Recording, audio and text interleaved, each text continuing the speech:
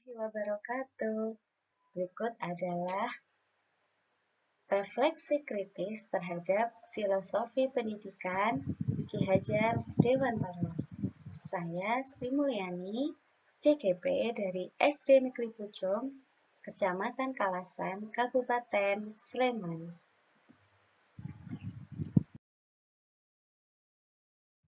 Intisari pendidikan menurut Ki Hajar Dewantara. Pendidikan adalah usaha memberikan tuntunan terhadap segala kodrat yang dimiliki anak agar mampu mencapai keselamatan dan kebahagiaan sebagai seorang manusia maupun sebagai masyarakat. Menurut Ki Hajar Dewantara, pendidikan juga dapat menjadi ruang berlatih dan bertumbuhnya nilai-nilai kemanusiaan yang dapat diteruskan atau diwariskan. Pendidikan tidak boleh dimaknai sebagai sebuah paksaan, artinya bahwa pendidikan harus memerdekakan anak. Anak-anak akan tumbuh sesuai kodratnya sendiri. Pendidik hanya dapat menuntun tumbuh kodrat itu. Nah, guru diibaratkan sebagai seorang petani. Ketika kita menanam padi, kita tidak bisa mengubah padi itu menjadi sebuah jagung. Hal itu sangatlah mustahil. Namun, kita hanya bisa merawat padi itu supaya padi itu tumbuh menjadi padi yang subur dan ketika panen hasilnya akan melimpah. Begitu juga dengan pendidikan.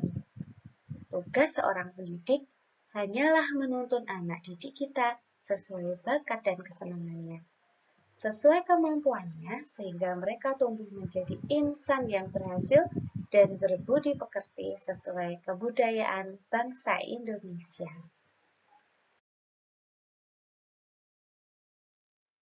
Nah, inilah teladan dari Ki Hajar Dewantara. Semboyan ini berbunyi ing ngarsa sung tulodo, ing madya mangungkarsa, tut wuri handayani. Sebagai seorang pendidik, kita harus di depan memberikan teladan, di tengah membangun kekuatan dan terus berkarya, dan di belakang harus mampu memberikan dorongan kepada anak didik kita.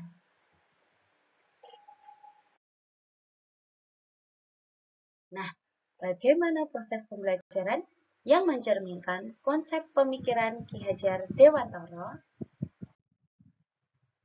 Konsep pendidikan atau pembelajaran yang mencerminkan konsep Ki Hajar Dewantara yaitu adalah pendidikan yang memerdekakan dan membentuk karakter kemanusiaan yang cerdas dan beradab.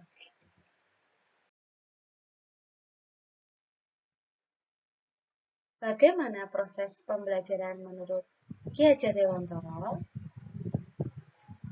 Yang pertama, menetapkan tujuan belajar sesuai kebutuhan, minat, aspirasi, dan bukan karena didikte oleh pihak lain. Yang kedua, menentukan prioritas, cara dan ritme belajar, termasuk beradaptasi dengan cara baru yang lebih efektif. Selanjutnya, mampu melakukan evaluasi diri untuk menentukan mana tujuan dan cara belajar yang sudah efektif dan mana yang masih perlu diperbaiki. Kemudian, mampu menerapkan metode belajar yang bertujuan melatih kemandirian dan berpikir kritis seperti contextual learning, PJBL, PBL, inquiry learning, dan lain-lain. Dan seorang guru juga harus mampu menumbuhkan karakter dengan keteladanan dan pembiasaan. Lalu, apa yang akan dilakukan agar proses pembelajaran yang mencerminkan pemikiran Ki Hajar Dewantara dapat terwujud?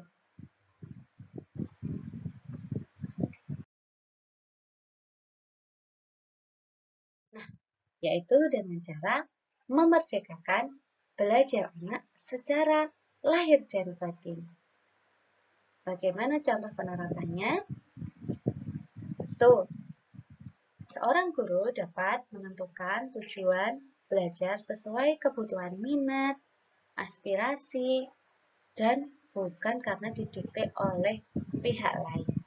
Tentunya itu sesuai dengan kebutuhan, minat dari siswa. Kemudian, seorang guru harus fleksibel dalam menentukan strategi belajar. Kita tidak boleh menentukan strategi belajar yang menurut kita baik, tapi tidak baik untuk anak didik kita. Harus kita sesuaikan dengan anak didik kita. Kemudian, seorang guru harus mampu berkomunikasi positif terhadap anak didik.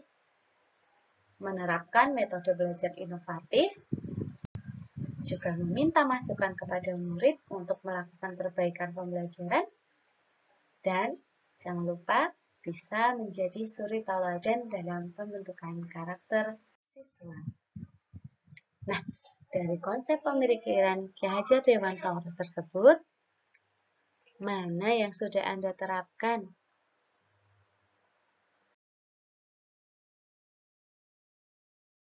Nah, kalau saya yang sudah menerapkan, yaitu 1. Menentukan prioritas, cara, dan ritme belajar, termasuk beradaptasi dengan cara baru yang lebih efektif. 2. Melibatkan siswa dalam menentukan kesepakatan kelas dan strategi belajar yang sesuai dengan siswa. Yang ketiga, melakukan evaluasi diri untuk menentukan mana tujuan dan cara belajar yang sudah efektif dan mana yang perlu diperbaiki. Menerapkan metode-metode belajar yang inovatif. Melakukan pembelajaran yang menyenangkan dan pembentukan karakter dengan keteladanan dan pembiasaan. Itu yang sudah saya lakukan di dalam pembelajaran saya selama ini.